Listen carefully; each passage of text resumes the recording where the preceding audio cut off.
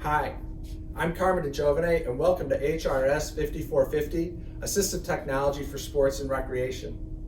Of course, I'm putting this intro video together as part of a series of videos with the help of the School of Health and Rehabilitation Sciences and the Office of Distance Education and E-Learning at The Ohio State University.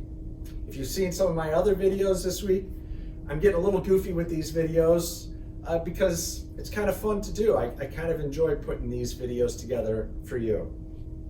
First thing, and probably the most important thing, is the Super Bowl is coming up. Got a bunch of great commercials to look forward to. Hopefully they'll be as good as they have been in past years. And of course we have Kansas City Chiefs playing the Tampa Bay Buccaneers. I'm a Kansas City fan, mainly because my wife's family are Kansas City fans and lived in Kansas City at one point in time, so I'll be rooting for them. Also, a couple students reached out to me about the New Girl episode and sent me a link to a survey about which character you most align with. So I took the survey. Comes out, I most align with Nick. I'm not sure what that says, but it's interesting nonetheless. So now on to the stuff I'm supposed to talk about. Everybody did a great job with the careers in sports and recreation, or adaptive sports and recreation.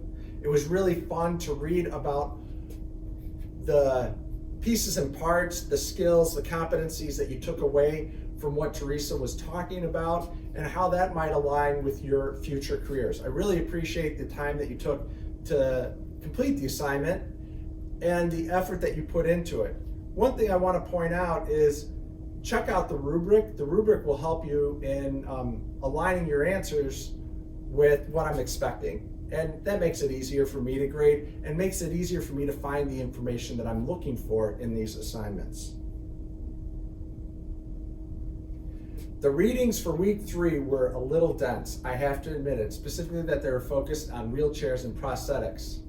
But the information was very valuable, and I feel like those 2 articles will be a reference for you when you leave this course. The thing I found most interesting when I was going through those articles was how much of the material in there also applies to everyday wheelchairs or the everyday use of prosthetics, whether it's an upper extremity prosthetic or lower extremity prosthetic. So I hope you found those articles as a valuable resource. In week 4, we'll start the technology scavenger hunt.